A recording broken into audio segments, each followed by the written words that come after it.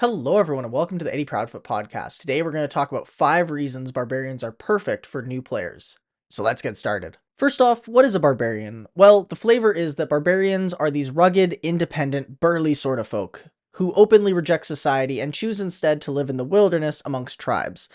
Barbarians are the guardians of said tribes, protecting their kin from outside threats. They are about as common in a tribe as fighters are in cities, which is to say, not very. Where a barbarian really gets to shine is combat. There, they're capable of tapping into a rage deep within themselves. They channel that anger into their weapon and then proceed to pummel their enemies into tiny bits. That brings us to the first reason barbarians are perfect for new players, which is rage. Rage is one of 2 class features barbarians get at level 1. When you enter a heated combat, you can enter a rage as a bonus action on your turn. Raging gives you 3 awesome benefits. The first benefit is while you are raging, you are advantaged on all strength checks and saves. The second is that while you are raging, if you hit an enemy with a melee strength-based weapon attack, then you get to add your rage damage, along with the damage die and your strength modifier that you would normally add. Your rage damage increases with your level, and it'll be shown in the Barbarian class summary table on page 147. Finally, the third benefit you get while raging is that you are resistant to bludgeoning, piercing, and slashing damage, which just happen to be the most common forms of damage you find yourself taking at level 1. Again, resistance means that you will only be taking half damage rounded down. Now, your rage will only last for 1 minute or 10 rounds of combat if you like, and it will end early if you're ever knocked unconscious or an entire round of combat passes without you taking damage or dealing damage to a hostile creature. You may always end a rage as a bonus action on your turn. If you can cast spells through some means, you are not able to maintain concentration or cast spells while you are raging, as it requires your full attention to rage. Rage is a limited resource. You only have 2 rages per long rest, so use them wisely. As you level up, the number of rages you have in a day will also go up. This is shown in the Barbarian class summary table, again on page 147. Okay, so the question is, why is rage so good? Well, barbarians often find themselves in the front lines of combat, so having resistance to bludgeoning, piercing, and slashing damage is pretty good. Not to mention the extra rage damage, which is +2 at level 1.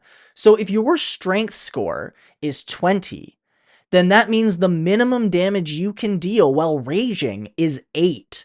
9 if you're using something like a maul or greatsword, which roll 2d6 rather than a single die. That's incredible! Especially when you consider that first level casters have to rely heavily on damage cantrips, most of which only do a maximum of a d8, which means their maximum damage is your minimum damage. And if you use a maul or greatsword, it's less than your minimum. That's insane! Even a heavy-hitting cantrip like Firebolt, Eldritch Blast, or Poison Spray do 10 to 12 damage max. So let's think about this. The Barbarian's average hit with a maul or greatsword is 7, because it's 2d6.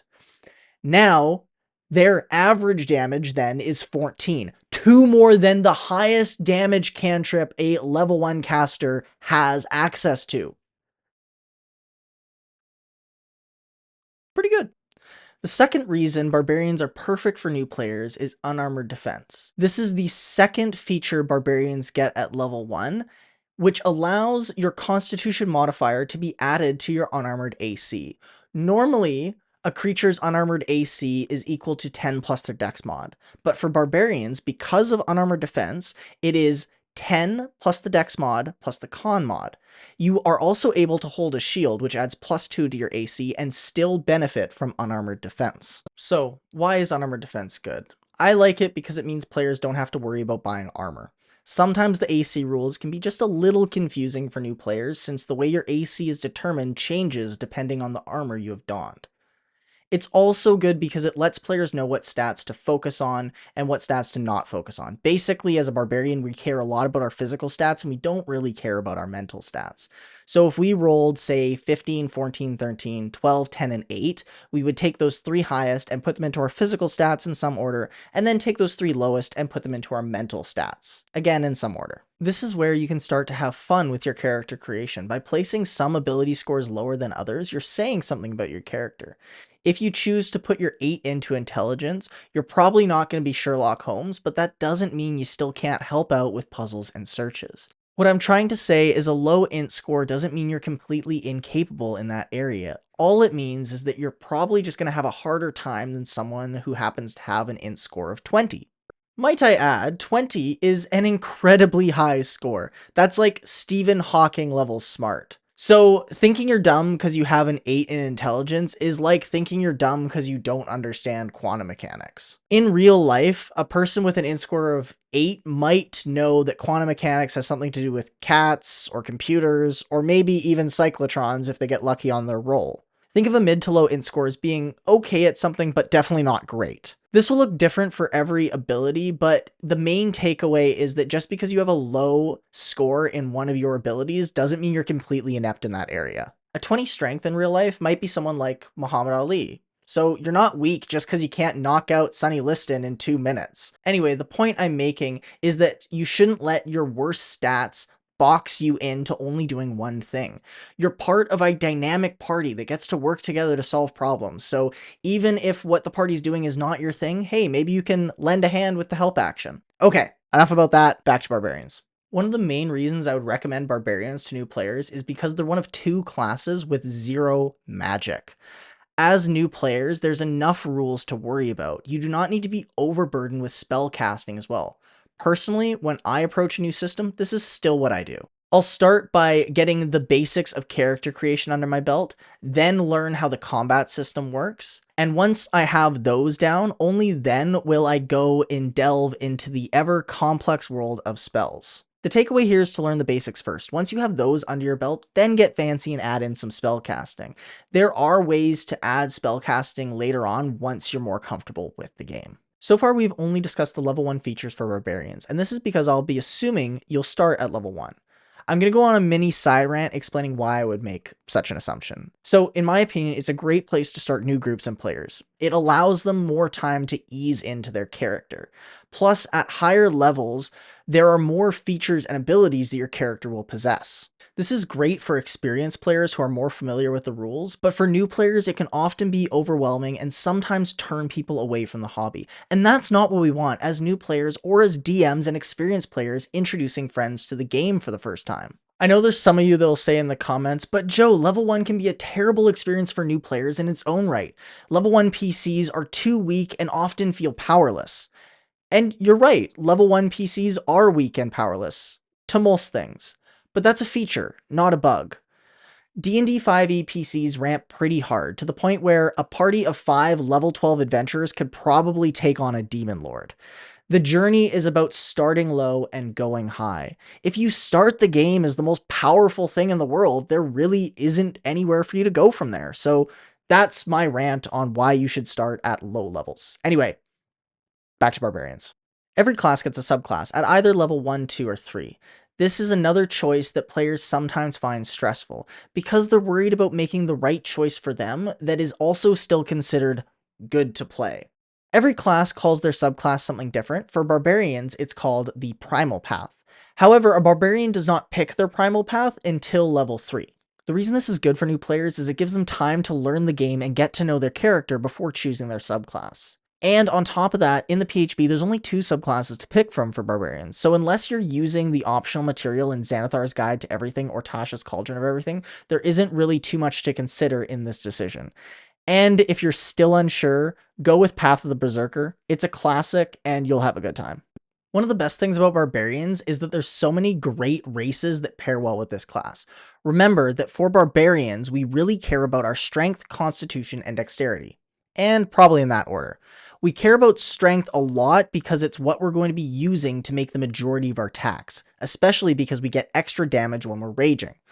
Now, Constitution comes before Dexterity because Constitution is important for both our health and our unarmored defense, whereas Dexterity just helps our unarmored defense. The question is, which races will help us boost these physical stats? And the answer is, there's a lot actually. In fact, in the PHB, almost all of the races will help us buff at least one of these 3 stats. Half-orcs and mountain dwarves are the best suited to pair with a barbarian as they both buff specifically strength and constitution. However, many other races will buff some of these ability scores or decks in some way, shape, or form. So the races that work well with barbarians also include humans, half-elves, stout halflings, dragonborns, any elf, and any gnome. Really, every race in the PHB except for tieflings will pair somewhat decently with the barbarian, and that's great news. Why is this great news, you ask? Well, for many new players, it can be overwhelming picking a race, especially when each one has their own unique quirks and traits to consider. Players are often afraid of making the quote wrong choice when it comes to picking their race. Well, I'll let you in on a little secret. There is no quote wrong choice when you're building your character. Not everything needs to be optimized when you build your character. In fact, flawed characters can be just as fun, if not more fun, to play. However, who can deny the excitement that players feel when their character is able to land that one big hit on their enemies? So we do want our character builds to be at least half decent, but that's why the Barbarian is such a great class for first-time players. Almost every race pairs well with it, so just pick a race you vibe with and have a good time. Overall, I would definitely recommend the Barbarian as a fantastic option for first-time players that just want to smack their enemies really hard and avoid magic. For new players, I would rate this class a 17 out of 20. It's a powerful martial class with easy to grasp features, and it pairs well with most races. The only downside being it does rely on 3 stats: strength, dex, and con. The next thing to do is to bring your character to life at the table. You can do this with an awesome personality and backstory. There's many ways you can play a barbarian. You could be loving and protective, quiet and shy, until they rage, of course. Maybe blunt and honest, or mean yet caring, potentially even polite and bashful, again, until they rage. And the list goes on. Remember, it's your character after all. You can play it however you want. It doesn't have to fit a specific mold of what people think a barbarian should be. The most important thing is that you and your friends are having fun. Okay, that's everything I wanted to talk about today. Now I'd like to hear from you. What do you think about barbarians? Is this a class you'd be interested in playing for your first time? Have you played a barbarian before? And if so, what was your experience like? Please let us know in the comments. If you enjoyed this video, please leave a like and subscribe to the channel for more D&D and TTRPG related content. Thank you so much for listening to this episode of the Eddie Proudfoot podcast. If you enjoyed it, please follow us on Instagram, Spotify, or Twitter. And as always, may the gods have mercy on your soul.